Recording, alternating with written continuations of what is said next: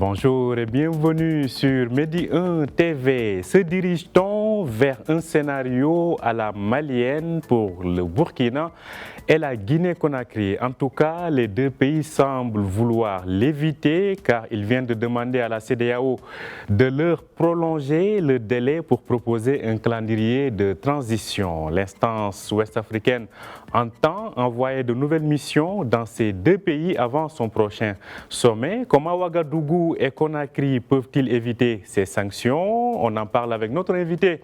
Il s'agit de l'analyste politique Arine Zouzi qui est en direct avec nous depuis Bruxelles. Bonjour Arine Zouzi. Bonjour Oumar. Alors, comme je le disais, se dirige-t-on vers un scénario de sanctions à la malienne ou pensez-vous plutôt que ces derniers développements sont de nature à adoucir les relations entre Ouagadougou et Conakry d'une part et de l'autre côté la CEDEAO? Je crois que ce qu'il faut d'emblée dire, c'est que la date du 25 avril était beaucoup plus un moyen de pression de la CEDEAO sur le Burkina et la Guinée qu'une véritable menace. Car non seulement les sanctions ne sont pas automatiques, mais de toute manière, elles ne sont décidées que par la conférence des présidents. Et je pense que la CEDEAO avait déjà anticipé ce cas de figure, cette hypothèse selon laquelle le Burkina et la Guinée solliciteraient éventuellement un délai supplémentaire. On est véritablement là, je dirais, dans le jeu très classique de la diplomatie, avec tout ce que cela implique comme palette permettant d'intimider, de menacer, de faire pression.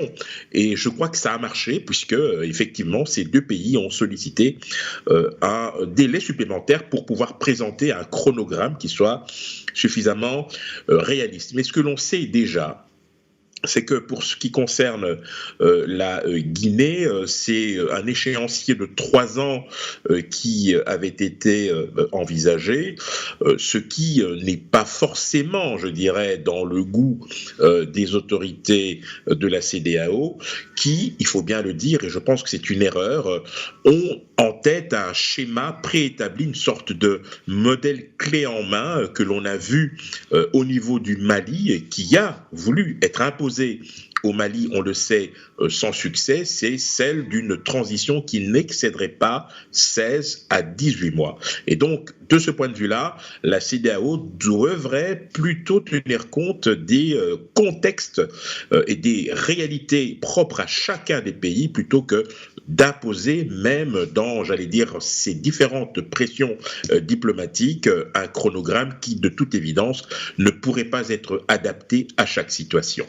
Alors, cela dit, pensez-vous réellement aussi que du côté de ces deux capitales, je veux faire allusion à Ouagadougou et à Conakry, pensez-vous réellement qu'on est en disposition de se conformer à un éventuel calendrier, sachant que presque dans tous ces deux pays, chacun semble avoir déjà fixé la durée de sa transition? Oui, alors ce que l'on ne doit pas perdre de vue, c'est que nous avons en face de nous deux pays souverains. Certes membres de la CEDEAO, mais d'abord souverains, et donc qui rendent compte à leur population, à leur opinion publique. La CEDEAO est dans son rôle lorsqu'elle rappelle les principes qui régissent à la fois sa charte, mais son mode de fonctionnement, mais il ne faut pas que cela puisse se faire au détriment de l'intérêt bien compris de ces pays. Ça, c'est un premier point. Le deuxième point, c'est qu'effectivement, nous avons des réalités tout à fait différentes. Je vous donne un exemple très très simple. Prenez le Burkina. Au Burkina, il y a de cela quelques semaines, le gouvernement, ou plutôt la junte, a mis sur pied des comités de dialogue locaux. Ce sont des comités qui mettent en présence en fait des leaders communautaires qui dialoguent avec des groupes armés locaux qui n'ont pas d'attache particulière avec l'État islamique ou Al-Qaïda et qui permettent de faire avancer la discussion. Donc nous avons là des dynamiques internes et locales qui doivent être prises en compte. Certes, ce n'est pas la grande négociation avec les groupes djihadistes, mais je vous donne un exemple très simple, c'est qu'il y a de cela quelques jours, dans la ville de Djibo, dans la région de Stoum, au nord du Burkina, eh bien, des barrières ont été levées. Il y avait un blocus de la part de ces groupes résiduels. Eh bien, l'armée a pu convoyer une centaine de camions remplis de marchandises et de nourriture. Donc il y a des dynamiques internes dont il faut tenir compte. Dernier point, si vous le permettez, encore une fois, il faut tenir compte des situations locales. On voit très bien que la Guinée, ce n'est pas le Burkina. La Guinée a mis sur pied un comité de dialogue, de concertation avec l'opposition. On pourra évidemment remarquer qu'une partie de l'opposition a boycotté ce cadre, mais on ne peut pas renier à la Guinée le fait d'avoir pensé à réunir l'opposition, les forces vives et la société civile pour essayer de trouver une issue à cette situation. Et je pense qu'il faut effectivement accorder un peu plus de temps à ces deux pays parce qu'il faut bien évidemment qu'un chronogramme soit mis en place, mais ce qu'il ne faut surtout pas faire, c'est braquer deux régimes, deux juntes qui aujourd'hui revendiquent non seulement la souveraineté de leur État respectif, mais surtout ne veulent pas que la CEDEAO leur impose un diktat qui n'aurait que comme seule conséquence de braquer ces deux pays. Je rappelle que la Mauritanie ne fait plus partie de la CEDEAO, le Mali n'est pas très loin de partir, et donc vous avez là effectivement un vent qui souffle sur certains pays et qui aujourd'hui ne les empêchera pas de franchir le pas si cela devait être nécessaire. Alors, à vous entendre parler, on risque d'avoir en tout cas beaucoup de peine à s'entendre. La CEDEAO entend envoyer des missions dans ces deux pays-là avant le prochain sommet de ces chefs d'État, le sommet qui est donc l'organe qui est habilité pour prendre certaines décisions, comme vous l'avez évoqué tout à l'heure, comme les sanctions. Selon vous, en quoi ces missions pourront faire bouger les choses? Parce qu'on a vu le cas de du Mali, malgré plusieurs missions, les choses, en tout cas, on a du mal à accorder les violons entre les deux parties. Selon vous, en quoi ces missions pourront aider à améliorer les points de vue? Bon, je pense qu'il faut changer de méthode. Je pense que la CEDEAO a suffisamment braqué les pays concernés que pour envisager aujourd'hui un élargissement de cette médiation, notamment à l'Union africaine et à l'ONU. Je pense que ce qui serait intéressant, ce serait de désigner un facilitateur ou un médiateur, d'où qu'ils viennent d'ailleurs, mais que l'on adjoigne à ce facilitateur ou à ce médiateur une mission tripartite, CEDEAO, Union africaine, Organisation des Nations Unies. Testons la formule, voyons ce que cela va donner.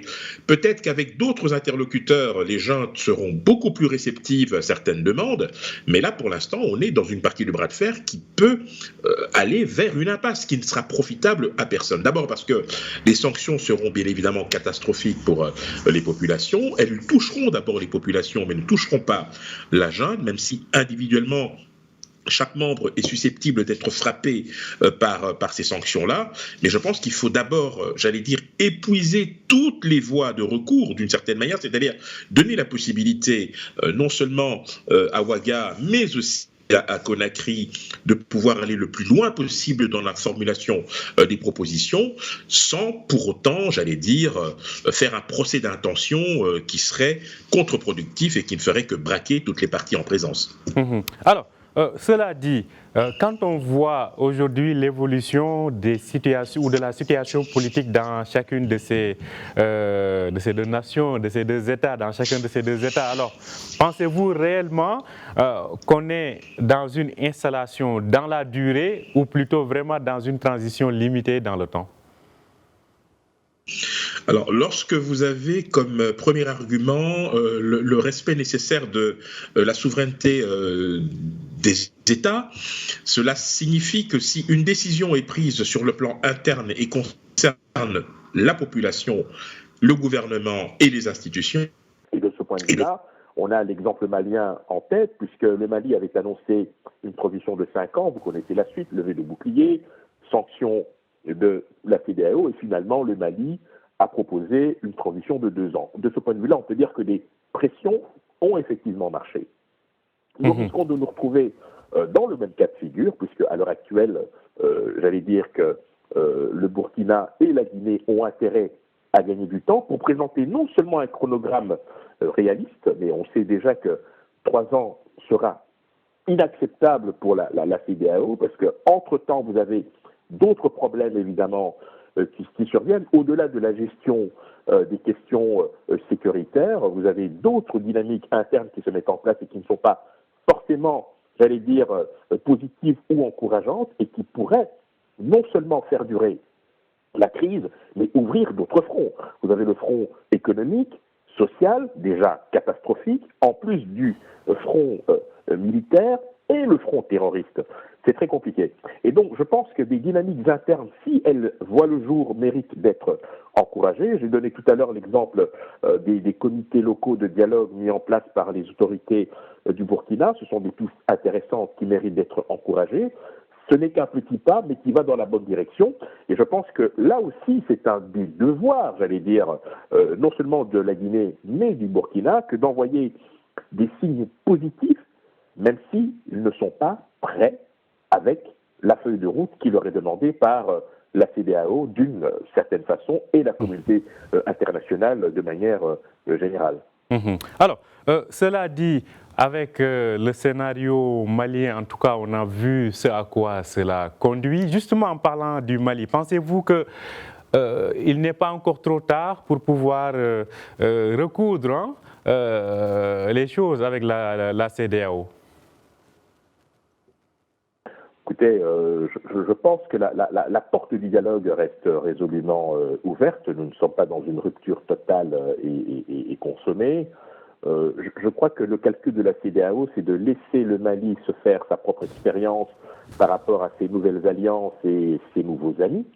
On verra pour le reste comment les choses vont s'articuler, mais je note quand même un signe positif, c'est le fait que le gouvernement malien ait annoncé que la transition, sauf accident, évidemment, ne durerait que 2 ans et que donc, au-delà de cette échéance, on pourrait revenir à l'ordre institutionnel. Donc je pense qu'à ce stade-ci, la meilleure des attitudes, c'est d'observer et de juger sur pièce.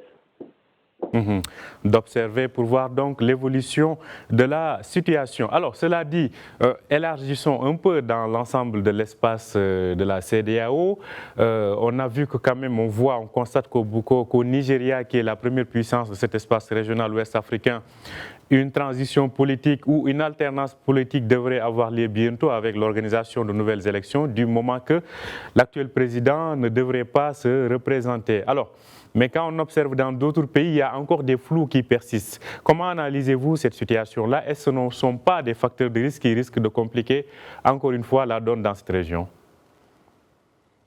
Non, je pense, enfin, personnellement, je suis plutôt optimiste par rapport aux différents processus politiques qui verront le jour. Si vous faites abstraction des 3 coups d'État, ou 4, parce que le Mali en a eu 2, mais les derniers coups d'État auxquels nous avons assisté étaient beaucoup plus, j'allais dire, motivés par des considérations à la fois de politique intérieure et de sécurité intérieure, avec d'une part la menace terroriste qui était extrêmement difficile à endiguer avec les dirigeants qui étaient en charge, j'allais dire, qui n'étaient pas forcément, j'allais dire, outillés pour pouvoir repousser cette menace-là, que plutôt dans un ensemble où on remarque quand même que la passation de pouvoir se fait malgré tout de manière pacifique et civilisée. Donc de ce point de vue-là, je ne pense pas que nous ayons à craindre grand-chose. Il faudra simplement être attentif à l'évolution politique des situations, mais aussi sécuritaires dans la plupart des pays du G5 Sahel, on l'a dit, Burkina, Mali, avec notamment ce qui se passe en Guinée-Conakry, qui ne fait pas partie du G5 Sahel, mais tout de même qui fait partie de la CEDEAO. C'est là qu'il faudra véritablement être attentif à l'évolution des situations. Alors, cela dit, aujourd'hui, avec ce qui vous commentez avec nous, cette dernière actualité, on voit que l'escalade continue entre le Mali et la France. On a parlé de la réélection de Macron, de la politique africaine de l'Élysée qui devrait peut-être faire preuve de continuité. Globalement, vous aussi, comment voyez-vous l'ensemble de ces éléments-là? Bon, d'abord, les Africains n'ont pas grand-chose à attendre de la réélection de Macron. Et je pense que s'il y a eu un courant dans l'opinion ouest-africaine ces derniers mois, c'était surtout pour dénoncer une forme d'omniprésence française qui a été très mal perçue, très mal vécue dans certains pays. Le fait, par exemple, que l'opération Barkhane ait été annoncée comme étant sur la fin, cela a probablement incité les autorités maliennes malienne a joué l'opinion contre justement la présence française, mais il faut vraiment avoir présent à l'esprit que la réélection d'Emmanuel Macron, c'est d'abord une affaire franco-française. Certes, il y a un dispositif militaire important dans le Sahel qui est en voie d'être délocalisé. On sait que ce dispositif a pu apporter des résultats positifs et dans une certaine mesure n'a pas forcément apporté satisfaction aux différents pays qui étaient concernés par cette présence. Aujourd'hui, ce qu'il faut plutôt souhaiter, c'est que les Africains considèrent que leur propre destin les concerne avant tout et qu'ils n'ont pas à avoir les yeux rivés au-delà de la Méditerranée par une réélection quelconque qui serait de nature à modifier leur destin. Donc de ce point de vue-là, je pense que les Africains devraient plutôt avoir la sagesse de se tourner vers le continent, de trouver des solutions endogènes et d'élargir éventuellement, j'allais dire, la manière de trouver les solutions en commun. Merci à vous. Aline Zouzi, je rappelle que vous êtes analyste politique, vous nous parliez depuis Bruxelles donc sur ces demandes de délai supplémentaires par le Burkina et la Guinée, donc en face donc, de la CEDEAO. Merci à vous et ce sera un plaisir de vous retrouver très prochainement sur Médien TV. Merci, à très bientôt. À très bientôt. Merci à vous aussi de nous avoir suivis. Je rappelle que vous pouvez retrouver cet entretien sur notre site www.medianews.com. Bonne journée et bonne suite de programme sur Médien TV.